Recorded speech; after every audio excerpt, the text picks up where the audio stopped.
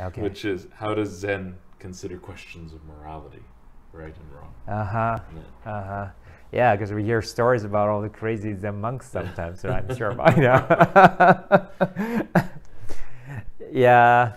Well, it's funny because when I talk to Pure Land Buddhist priests, they're more sort of like Monto-san's, like a lay based, and then I always appreciate their decency, like a human, with the faith culture and all that.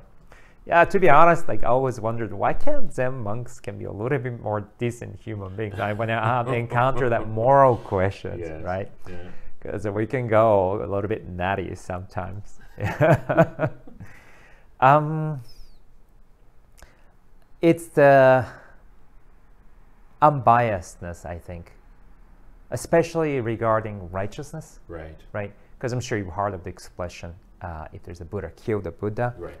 And I think that's absolutely something we need to keep in mind. I think I have a very strong sense of justice.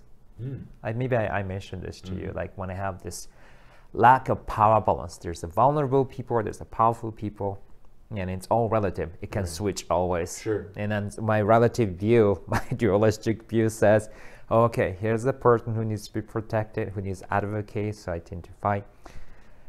Righteousness, it can be a very dangerous thing. And what Zen teaches us in terms of morality, at least to be aware that we have such tendency to determine what is right, what is wrong. I guess I can't say it's more than just Zen.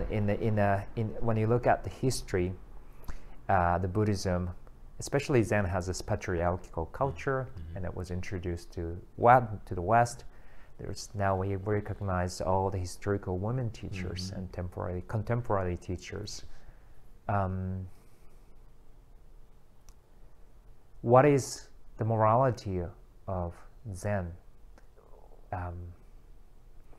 Well, as a part of the 16 Bodhisattva vows, we vow to do all good, we vow to stop doing all bad, and we vow to benefit all sentient beings. That is, I think that requires unclouded view. When again, it's a view after all. Right. So no matter how hard you try, how far you go, that point that you depend on when you make that decision, this is the right thing, this is the wrong thing, you do the best you can, and you go from there. And only in retrospect you realize that, oh, I was actually breaking, it wasn't the right thing. It's all relative, because this right and wrong, no matter how hard you try, it's a relative phenomena. It changes. But it's a moment, that very moment you make that. And then personally, I feel always I always think about what it means to benefit beings. What does it mean to benefit beings? I say, like, if let's say in the conversation says to say, hey, F you, and then if some people feel offended or hurt, and that's not the right thing. Yeah. But this same action with this in a totally different context can save somebody's mind, uplift somebody's mind. And you can't just cut that piece off and say, is this right or is this wrong? Right, it's context. I think that is also the case in relationship or in the power, it's in all dynamics. So the idea is, are we benefiting sentient beings or not? And then that is there.